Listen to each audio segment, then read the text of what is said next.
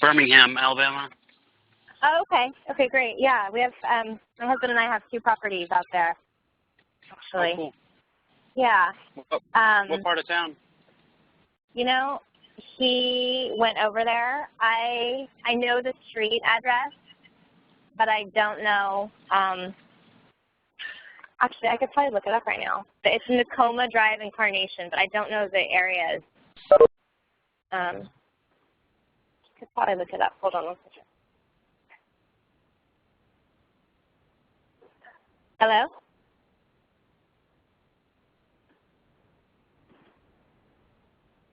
Hello?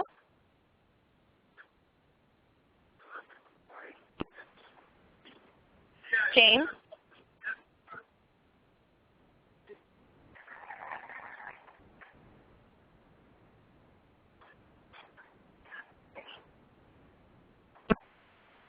Hello?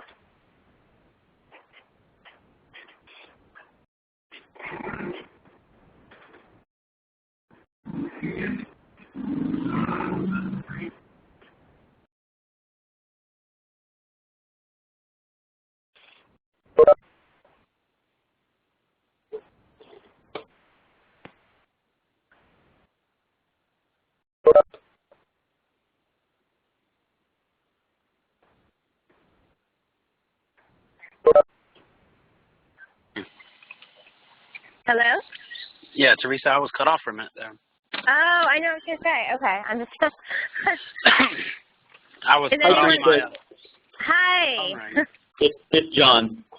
Hi, John. Yeah, it asked for after the I'm sure you got it. It just asked for an attendee Right. ID number, which I didn't know, and then it was just early, so okay. Yeah, no worries.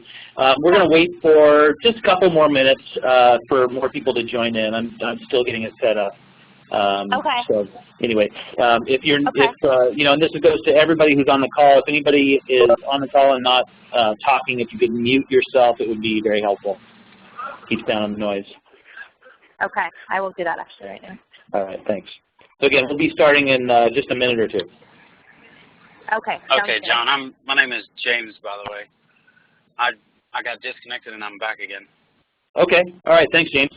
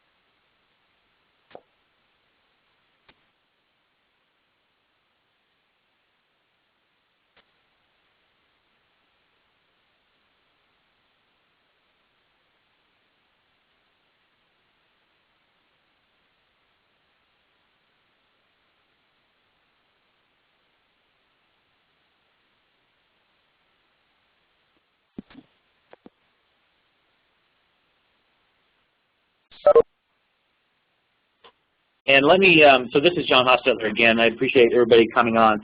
Let me just ask a question. I am trying to share my screen, and I just want to make sure that everybody is seeing the EAC Community Weekly Newsletter for whoever is actually signing in on a computer. If somebody could acknowledge that, I'd appreciate it.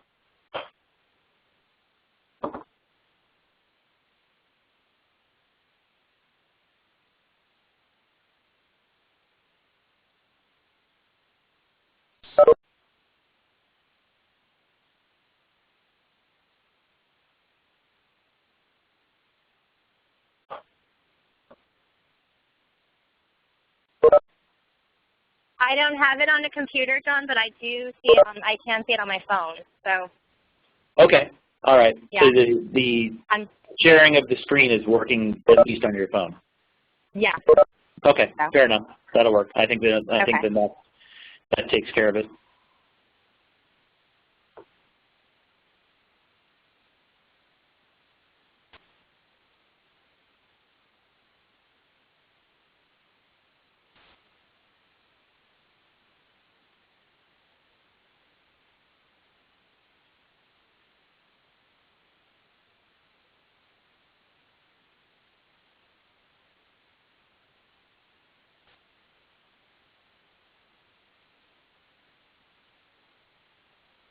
Okay, well, let's go ahead and get started. I'm sure that more people will be joining on a little bit late, but again, thank you for joining us. I appreciate it. We probably have several investors with us this week. Again, every other week we are switching from a little bit more of an internal meeting one week and then opening it up to the entire community every other week. So this is one of those weeks where the invitation, I believe, should have gone out to all our investors, our ground partners, managing partners, among many others.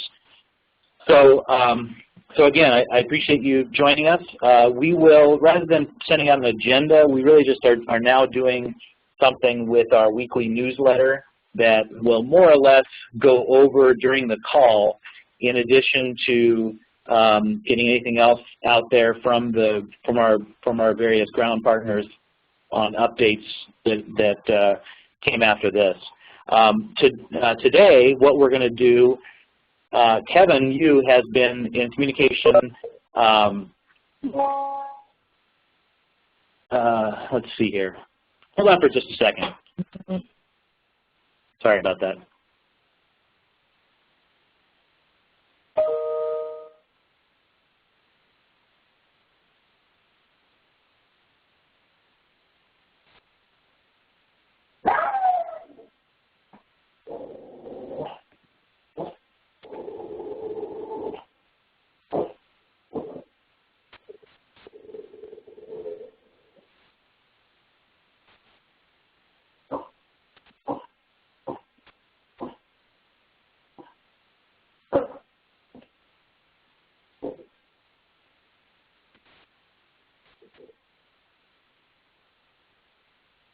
Okay, sorry, I had to respond to something. All right, so I think we'll start today with Fred. And Fred, I don't have your last name from the Practicum Group. It's a company that has a well-established network of ground partners with whom Kevin has been speaking. Fred, do you want to tell us a little bit about yourself and the company that you represent? Sure, this is John. Yes, it is. Hi, John. So, yeah, my name is Fred Samaro. I am actually one of the co-owners of the Practicum Group, and we are a company that was formed outside of a community of national real estate investors. There are 5 team members with a collective experience in the real estate industry and mortgage industry of about 55 years, give or take. And what we do is we work with an educated community of national real estate investors to provide them the resources and the basically the shoulder to lean on, and then we also offer them the opportunity to do joint venture deals with us. So that's pretty much it in a nutshell. We have relationships with crowdfunding, institutional, hedge funds, private money, hard money, and we're always looking to build relationships that can further enhance our community. And when Kevin approached me with regard to EAC, I found some interest in what you guys have to offer, and I'm here to answer any questions that you may have regarding our group.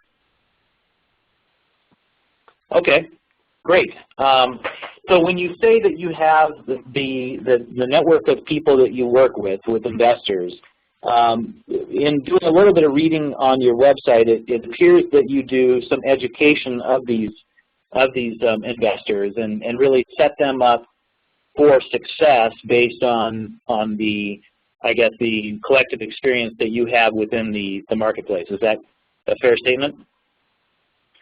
Yes, that's correct. We actually don't provide the education. We recognize an educational institute.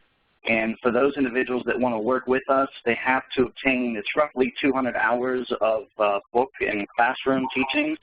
And then they get with us and they go through a quick 4-week CRAN course to go over property valuations, contracts, how to deal with real estate agents, contractors, and so forth. And then during that time frame, that 4-week period, we also give them assignments where they have to actually evaluate the deals, prepare contracts, prepare LOIs, and so forth. And then we evaluate them, go over the assignment, and at the very end, those of them that complete at least 75% of the assignments with a pass rating are then certified to then work with us. Okay, well that's very interesting. How many different investors have you worked with and put through this program successfully? We right now have put through about 185 investors nationwide. Our company actually formed in, officially formed in December of last year. So while this company is fairly new, our community is about 8 years old. So what we have done is obviously had to make relationships from the get-go with certain institutions. We had to lay some groundwork. I had to put together, you know, a criteria for the training. So we did have to ramp it up. It wasn't something that we started a few years ago. But since then, we average about 68 students, give or take, on every 4-week session. So we do a 4-week session, we take 2 weeks off, and then we enter into another 4-week session. So we're roughly, if you factor in about 78 times about 10 times a year, give or take, it's about 600 individuals that we'll be adding to our team over time. Wow. Okay. And are they coming to a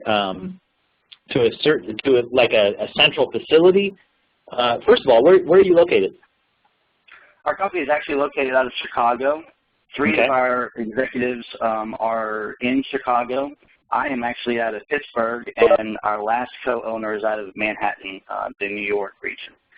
And I'm sorry, I didn't get the first question. Where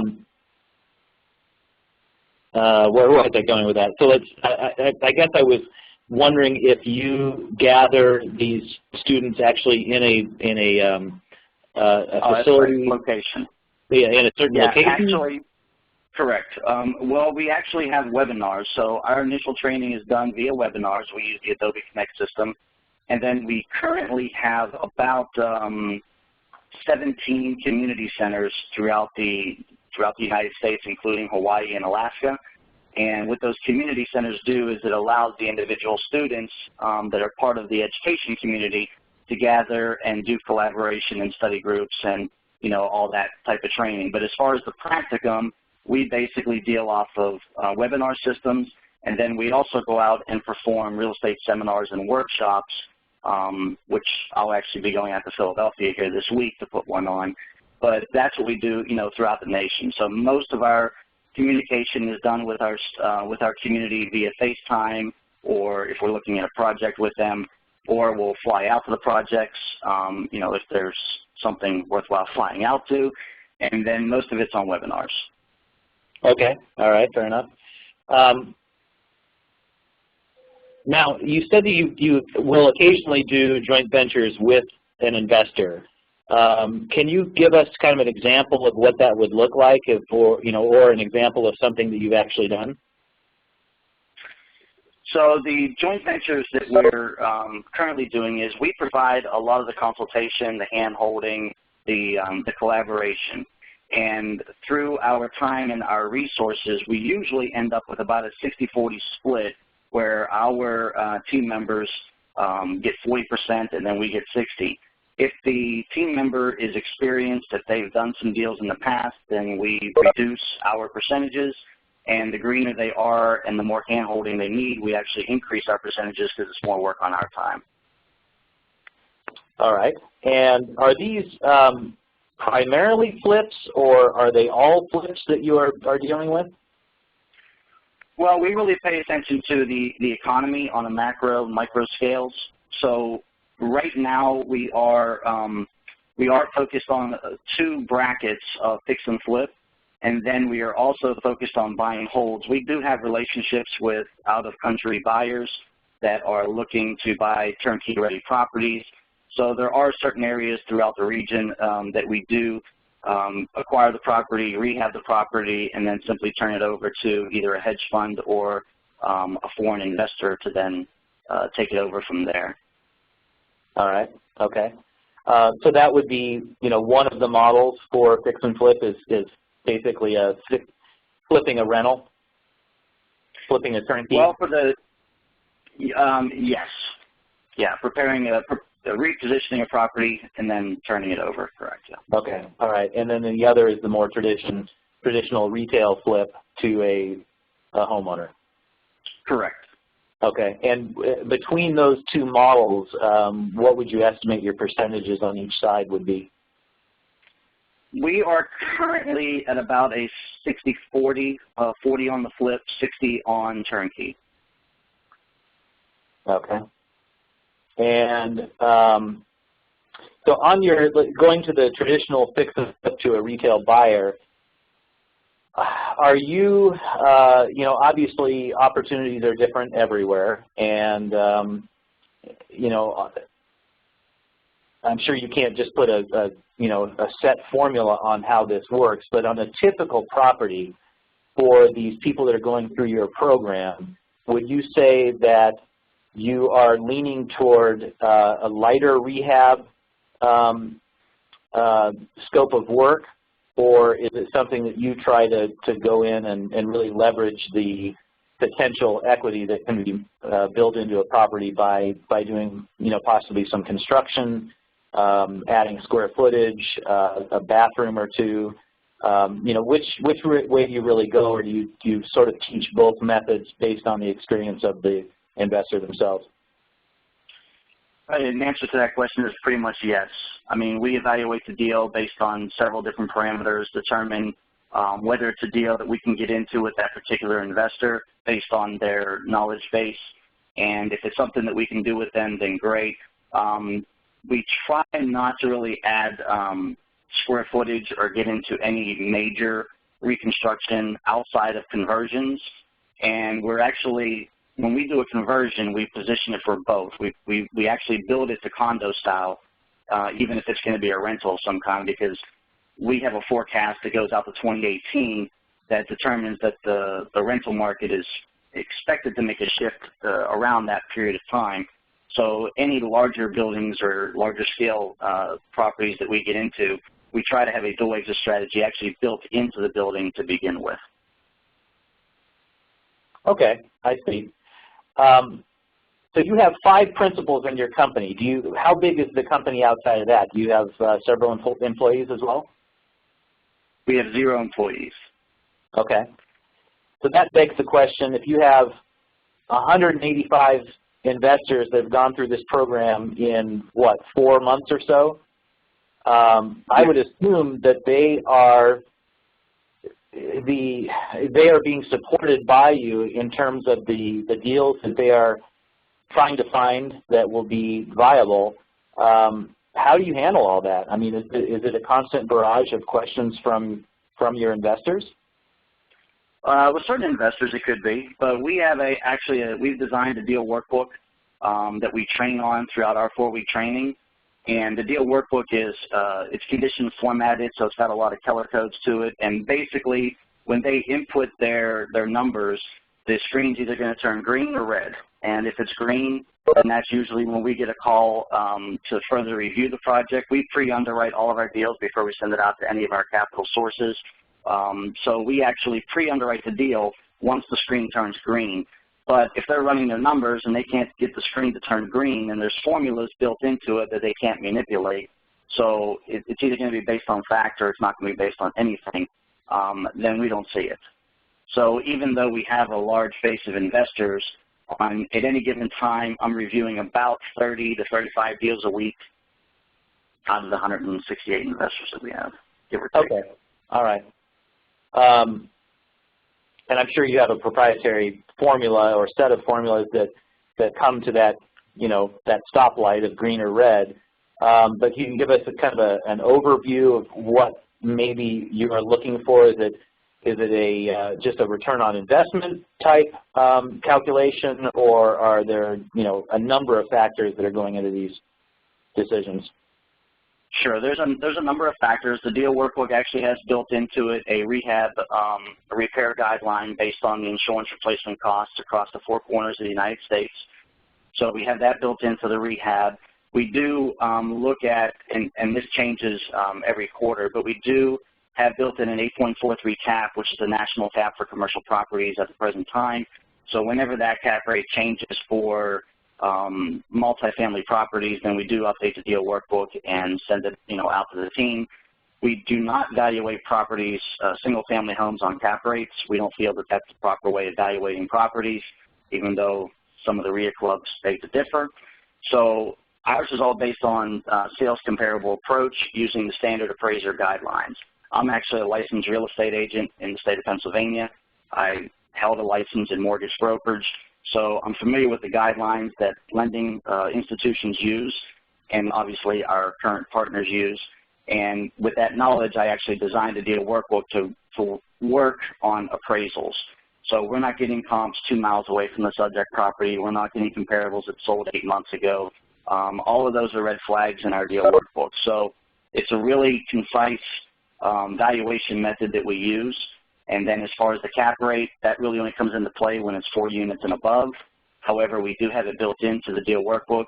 And the deal workbook does have to provide a strong dual exit strategy in order for us to do the deal. We always do it based on 2 exit strategies. Okay. All right. And then you have resources for hard money lending, I would assume, for these investors to use? Yeah, we actually have ongoing relationships with hard money, crowdfunding, and private. And private. Okay. All right.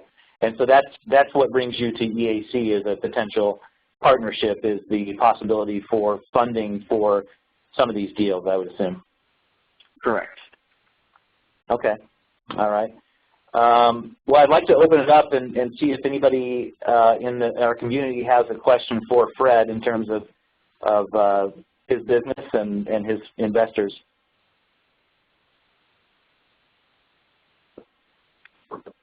Hi, Fred. This is Olga. I wanted to clarify. You said that on your deals you split the profit 60% to your group, 40% to your partner. I assume that's one of your students? Correct. Okay. And then the 60% you split with the whoever gives you the funds? No, the 60% is part of practicum. Okay. So how does the our funds are paid? Private money get paid? Sure, our funds are paid on a straight note basis. So it's a debt-only relationship. There's no equity. Okay, so that comes out before your 40-60 split. Yes, the 60-40 is based on net profit. Okay. Could you tell us what does it pay? The private money? What does your debt pay? A lot cheaper than my negotiations with Kevin. Okay.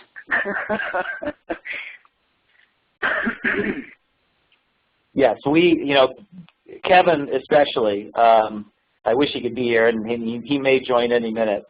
But he is very good to our investors. I think he's always pushing us as a company to make sure that our investors are paid well, and it pushes us, the principals within the company, to find the absolute best deals that we can, so that both sides can make some money. Yeah, so he's going to push for that higher return, and it's really not. You just have to take my word for it. It's not greed on his part. It's really more of a situation where he sees it as something that we can do, to help our investors become a little bit more financially free than they were before. No, absolutely, John. I wasn't saying anything derogatory towards them. I I didn't take that. Nope, I didn't take that. I wouldn't be on the call if I thought it was detrimental. But with reference to our other capital, it's significantly different. It is, and I think that there'll be, and this is really the way it's been for us on a lot of deals that we've funded, is if it's a short-term flip, it can still be advantageous. It can still be a better overall package, for that debt financing, because of the ease with which we make it. We're easy to work with, basically, and so that is something that sort of can skew the numbers a little bit toward our, to make it to your advantage to work with us in a lot of cases. Right. And if it's short-term enough, then the interest rate is a little bit less important as the overall package of what it is that the hoops that you have to jump through and your investor has to jump through. Absolutely. The availability is outweighs the actual rate at times. True. Right. So I have a kind of a follow-up. In terms of a typical deal that you do with an investor on a 60-40 split for a retail flip, how is that structured? Is that something that is the property purchased in the investor's name and it's a joint venture agreement that is just signed and agreed to, or do you buy that property with both parties on title? No, we actually do the practicum actually takes title, and via the joint venture agreement, it does spell out that, who actually is going to be taking title or what the name of the title is going to be in, what processes each party to the transaction are going to follow. All of the default clauses and everything else is built into the actual JV agreement itself. Okay. All right. So if we were to move forward and do some debt funding on this property, who would be our borrower? Practicum Group. Okay. All right. And friend, I have another question. Do you usually have other debt other than your private money, or do you go for hard money first and then get gap financing for the rest, or do you get the whole amount from private money? Yes, yes, and yes. So we can do it any of the three ways that you just mentioned. Gap funding, if our private investor only has X amount of dollars, we can actually leverage them to get into the steps that we take is private, crowd, and then hard. Hard is our last scenario. We actually have a relationship with crowdfunding that affords us an opportunity not to have to go to hard as much.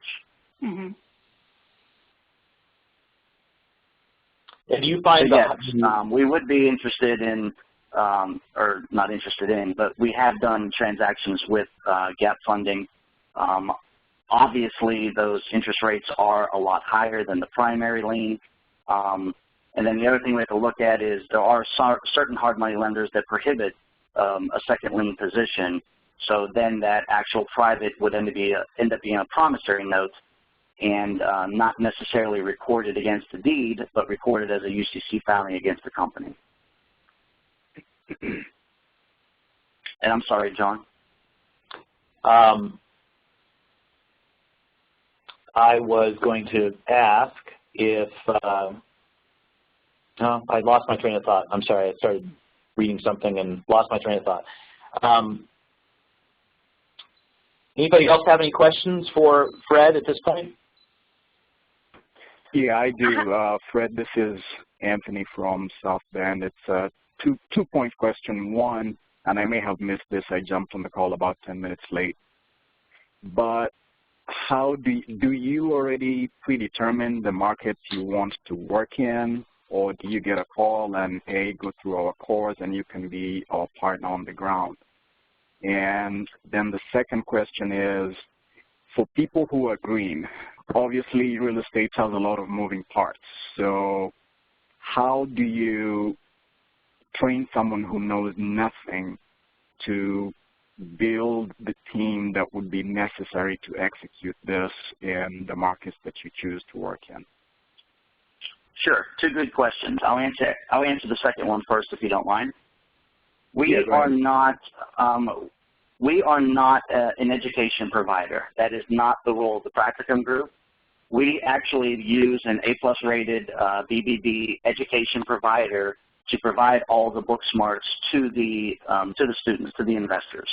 So they're actually learning from a third party, per se, company, everything that they need to know before they even get to us. Once they've accomplished that book smart training, then we put them through a 4-week training with us, which basically takes everything that they just learned in their book smarts and actually puts it into OJT format with mock transactions instead of real life transactions. So we actually go over valuations with them. We give them an assignment of the property. They have to determine the value on the property. We have them looking at floor plans. They have to determine a rehab estimate based on a mock-up walkthrough by a contractor with a floor plan. They have to put together a contractor's agreement. They have to understand the contractor's agreement, which we cover with them, what are work modification orders and delay orders and all the other stuff that come with contractors. And then finally, we touch base on a real estate purchase agreement just to make sure, which they've already learned in their education, but we put it to real life and actually go over real life situations, and we cover the standard fill-in-the-blank contracts with the real estate agent contracts nationwide. So as far as the training, we don't start with green people. That's not what we're here for. I just frankly don't have the time to deal with that. I'd much rather be looking at deals from educated, prior educated investors, and that's what we do. And as far as the market determination, once they've gone through all that training, part of the training is determining what markets are, how to review a market, how to make sure that you're not rehabbing a Walmart property up to Nordstrom standards or vice versa, how to determine what the infrastructure feasibility is, the school systems, the job opportunities, the unemployment rate.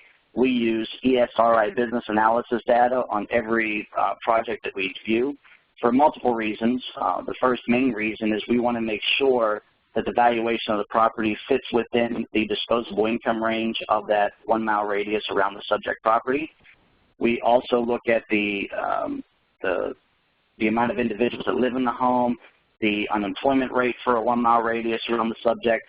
So we actually determine what the feasibility is of that market based off of our initial research, which is done by our investors. All that information comes to us at the practicum. We review it. We either sign off on it or say, no, your research is inaccurate. Let's go back and take a look at this. And we cover what parts were inaccurate so they don't make the same mistake twice. Okay.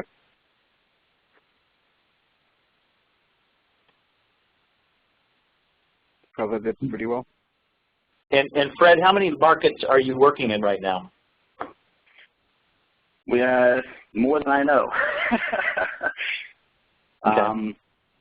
Yeah, we really don't have. There are certain areas that we are not doing anything in because of the economics of that region. But for the most part, we are nationwide, all the way down to small town USA and up to the major cities like New York and LA.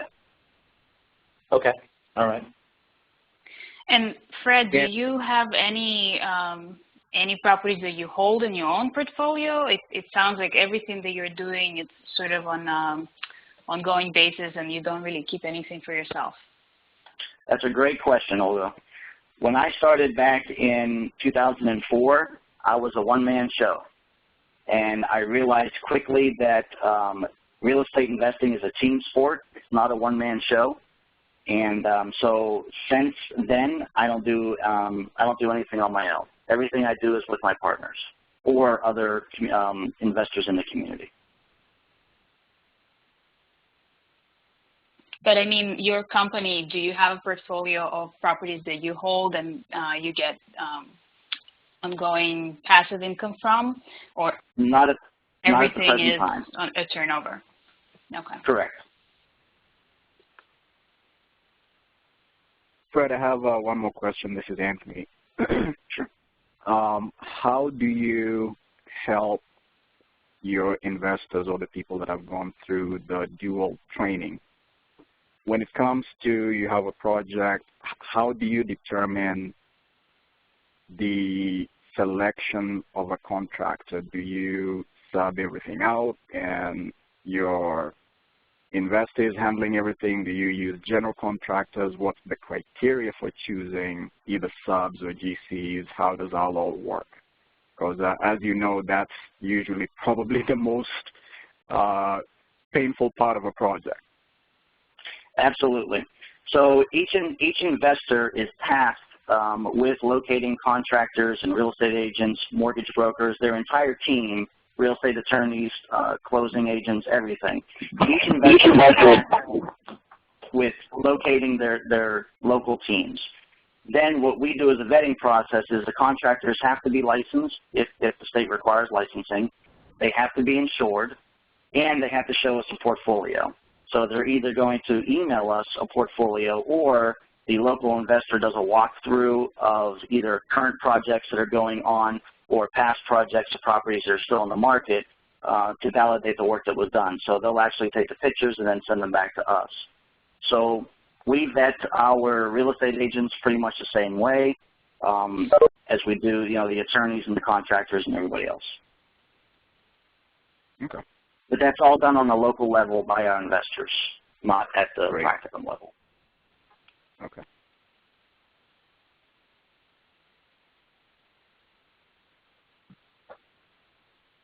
Okay, great. Anybody else have any questions? Hi, Anthony.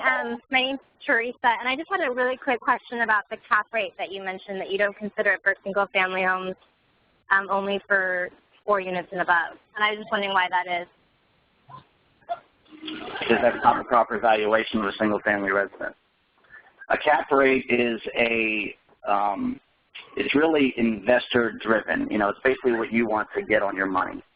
However, when it comes to appraisals, you can evaluate a single-family home at a 15% cap rate all day long. If you don't have supporting comps, it's never going to be valued at that property.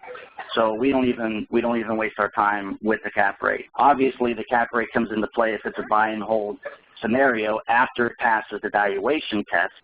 Then obviously we look at that because it does have to meet a minimum of 8.43 with a DSCR of 1.25 or better. But initially, we're not valuating any single-family homes on a cap rate because it's just not the right thing to do. Okay, because when we've been looking at properties, just single-family, it's always on the sheet, so we're always looking at that. Okay, thank you. Yeah, that's usually a method where REIA clubs and other investors try to sell their properties because it looks pretty. Yeah.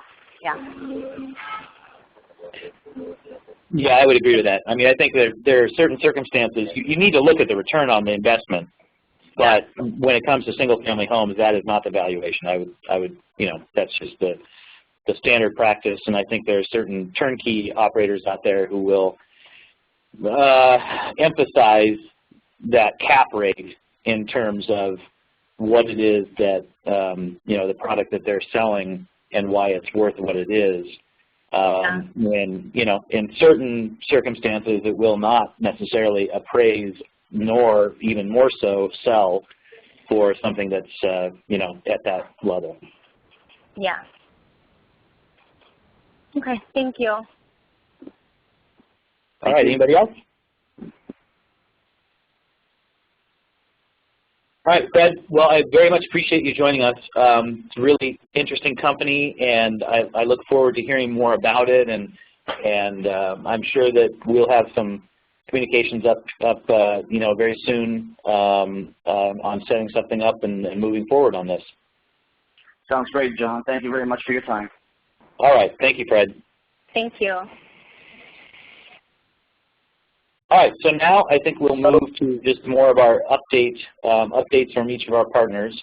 I know that Lou Ellis is on top of more or less the newsletter, the agenda, and he's not able to join us, but I did had several conversations with him and wanted to update on most of the properties that we have in Jacksonville, North Carolina. The bottom line, I'm not going to go through each one of these. You can certainly read about them in the newsletter.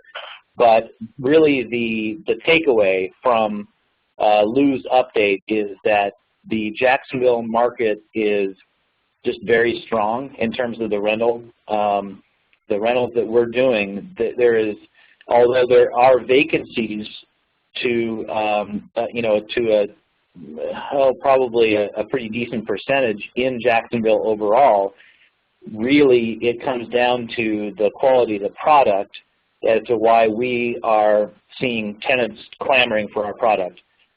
Lou's just doing a very good job of updating these properties. They come out and they turn out very nice. They're really close to retail flip quality in terms of that particular market.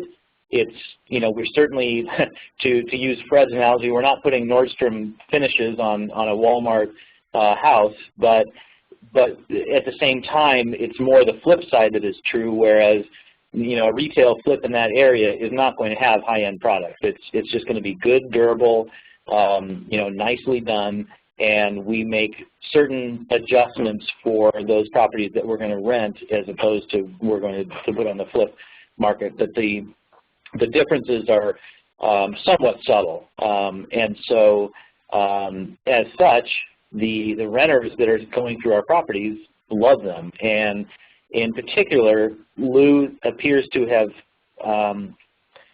developed a very good relationship with the HUD office, the local HUD office in Jacksonville, and they are the ones that are really pushing Lou to continue to purchase properties and rehab them so that they can get their constituents into their homes.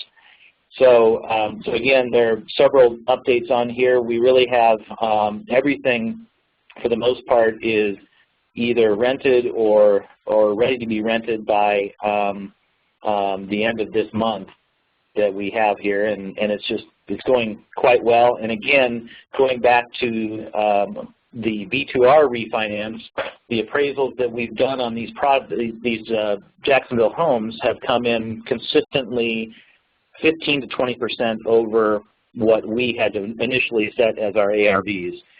So as such, you know, we feel like we're still creating that value, and the rental income on these properties will be good, and so we will continue to push to find good deals there. Going back down to my update on B2R, we are in the home stretch, which makes me very happy because there's just been a big learning curve here, and it's so much that we've had to go through that I've had to I guess, just gather, you know, all kinds of information on our partners, on our property management, and our properties themselves, that it's just been a long, long process, and I'm very happy to say that we are really at the tail end of that. So that's going to underwriting this week, and really the only piece that is left from my perspective is the insurance piece, and we are gathering quotes on insurance for those properties that still are in the loan. So that will hopefully, I'm thinking within 3 and to be safe 4 weeks, we should be signing paperwork on the loan, and it should fund. Our La Jolla big project, we got the subscription and trust paperwork back from our attorney, and that's out to all the investors on that, and they are in various stages of reviewing and or executing that. And we did get an extension, as George has on his short update, to June 12th as far as a close on that, and doing so saves us some money overall on the project, so it's a good thing. So hopefully next week we'll be nearing the close on that, and we'll have more of an update for you. 3311 Wisconsin, we just listed. In fact, I just got the email, so I'm looking forward to taking a look at that. I will certainly share that link to the listing with all the investors on that property, and I'll probably put it in next week's newsletter as well, just so that everybody can see the quality of work that we're doing on there in St. Louis. Really feel like it turned out great, and very anxious to see what kind of feedback we get from potential buyers. And then my Jacksonville, North Carolina update was more or less similar to what was on Lou's. So with that, I will pass off to Olga if you have an update for us. Sure, just a short update that we are probably going to finalize everything with Itfolio and move forward with them. So our ground partners should expect to sort of start getting acquainted with it. We want everybody to utilize that as probably the only software that we will be communicating on the properties with. We want to use that for running screen checks on the tenants and setting up the payments by the tenants to be paid online whenever possible. I know it's not going to be happening in 100% of the cases, but as close as possible would be great. Yeah, so Appfolio will provide training once we're on board, and everybody's going to have their own access, and they'll be able to log in and see their properties and how each of them is performing. And I think that in general it will be a tool that is going to be very useful to our ground partners. I think they'll be much easier to use as opposed to different Excel spreadsheets and so forth. So I'll be communicating on as we start implementing that. And the other thing I wanted to mention that I didn't put in the update here is the research I asked our assistant to do on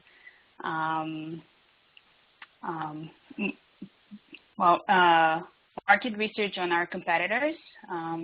As we want to see, we always want to be on top of the competition as far as what we are offering our investors.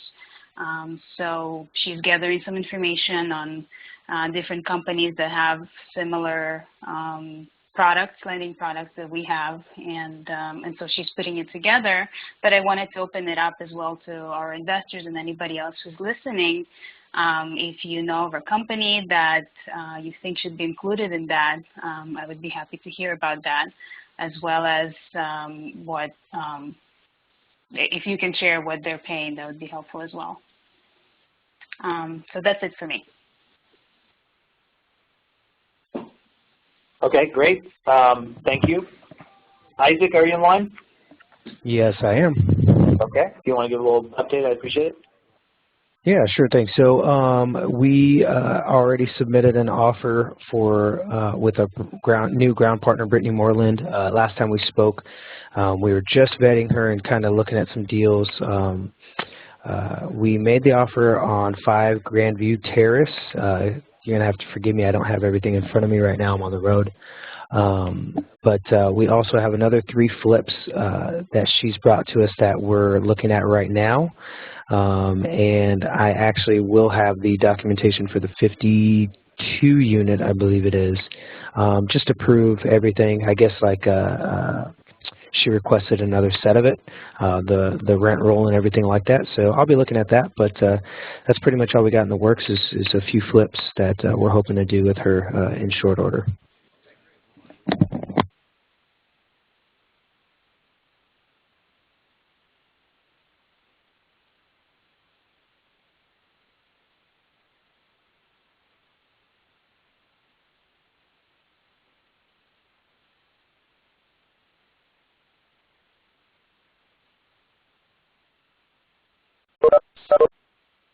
Oh, Isaac, I'm sorry, I was on mute. I just brought up the spreadsheet for Grandview Terrace. What is the offer that we put in on that property?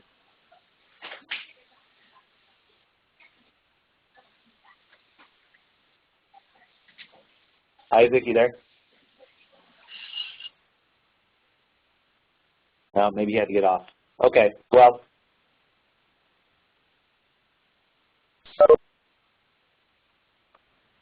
All right, I'll go ahead and deal with that later.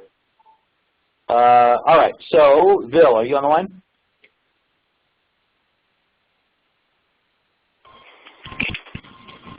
Yeah, I'm here. Okay. What do you have for us, Bill? Just a small update on UPass in San Diego, just north of Balboa Park. Got an email from Roger. Basically, they're currently in plan submittal. They're kind of changing things a little bit, make it more of a full Spanish motif, and he hired a pretty well-respected architect, and he's planning to get everything kind of going, hopefully in a very short time. He's going to be sending us some updates for the drawings. Once I get those, I will pass those on to the investors so they can kind of see where things are going with that investment. Other than that, St. Louis, we continued this morning with Mary. She provided us with a few properties we're evaluating right now, and the plan is to hopefully be able to acquire about 3 properties a month through one of her wholesale connections. And that's really all I have for now. Okay. All right. Bill, I'm sorry, could I ask a question about the flip in Balboa Park? Yeah. It sounds like they really haven't done anything, any building yet. So do you know what is the delay? I think I have to confirm with Roger to get more detail, but he gave me Kevin and I a short summary. Basically, they've redesigned some things, and they're still kind of in the planning phase.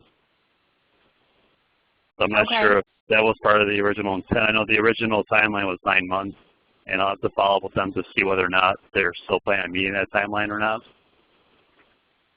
Yeah, I was wondering. And then the other thing, I think there was some talk about them refinancing into a cheaper money source.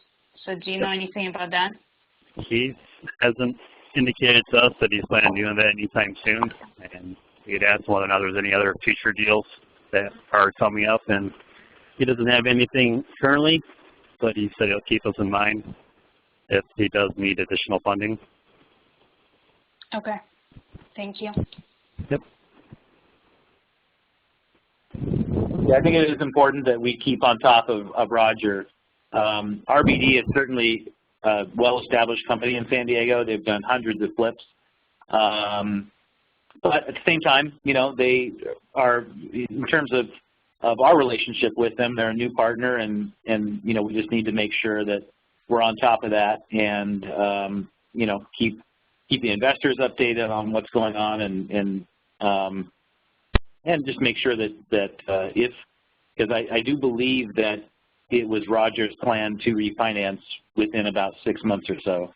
So I would probably just in the next update you get from him, push him on that and see if there are any plans for that.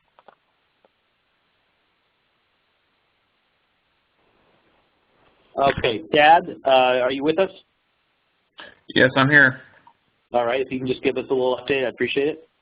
Yeah, sure. I don't have too much this week. It's actually been fairly quiet for once. The only thing I worked on was putting in an offer with Frank Velez for property in Kissimmee, just south of Orlando. It was a pretty good deal, all in costs with rehab and everything. It was about 70%. I'm not sure whether it'll go through or not, but if it does, then it might be a great flip project. And we have the 3 properties with DeVore that are closing in the next couple of weeks, so we'll be focusing on those. And he actually had no offers to bring in the last week, which was surprising. So we'll focus on what we got for now. All right. That's about it for my part. And you know, those deals with DeVore, I think we've been communicating via email. We'll take a look at those and make sure that, you know, our overall plan makes sense moving forward. I think the properties themselves may be better buy and holds for us than they are flip to an investor. So that's just something that we need to keep in mind in terms of our negotiations with DeVore going forward to see if that may fit into our plans a little bit better. Yeah, I think those 3 definitely would be better to be buy and holds. I think there's definitely a little bit of profit to be made, but I think in the long run we'd be better off just holding on to them. But I don't think that wasn't really the deal going in on these 3, so we'll see. We'll see what happens and go from there, I guess. Okay. All right. Fair enough. Lou's update was duplicated on here. Anthony, I know you're with us, so if you want to give us an update. Yeah. Real quick, the 4plex, we were waiting on the plans last week from the architect, and I was going back and forth a little bit there with Mike because he's doing the turns on those apartments up in Kalamazoo, the 1324 Lafayette apartments. So he may not have got the plans yesterday. If not, he should be getting them today. So I'll know more by the end of the day. Everything went well with code. We got the power turned on, but just formality, they had to send out a letter to EAC. He emailed me a copy, all the things that are wrong, but he knows I'm fixing them, so it's not a big deal. The duplex, that's moving right along. We actually have, I think it's 3 tenants, not 2, and I was mistaken on the move-in date. I think it's today. We'll have 2 living upstairs. They know, and it'll be in the lease. It's a month-to-month lease because obviously the end goal on this one is to put seniors in there once we are all said and done. So these are just some temporary, well, not temporary, but month-to-month tenants. And by the time we are done with that, we'll probably have finished something else that they can move into and take this one back to the original plan. So that's moving on along. Byron's just basically touching up and finishing up on that.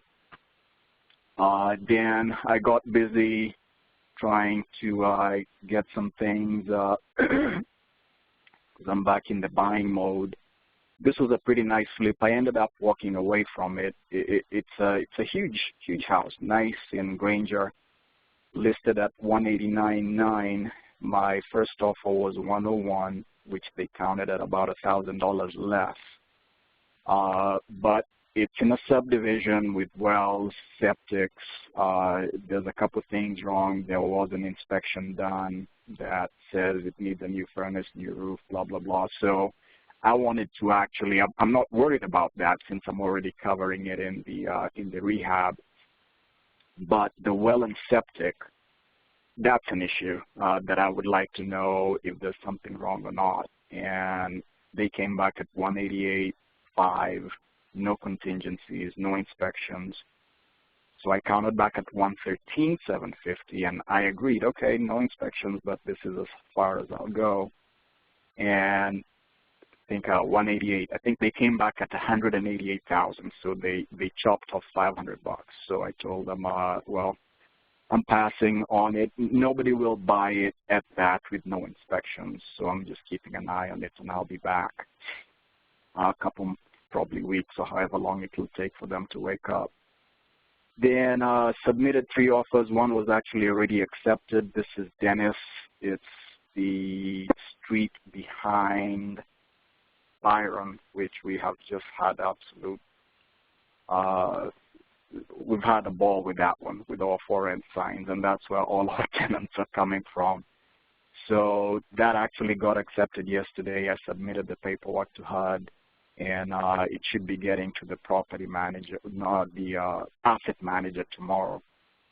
It's a bit redundant the way some of these asset managers do. You have to overnight to one place and then they overnight to another place. But anyway, we got it accepted, and we actually have a tenant that I think Mike was showing it today. So even before we begin rehab on that, it's already rented.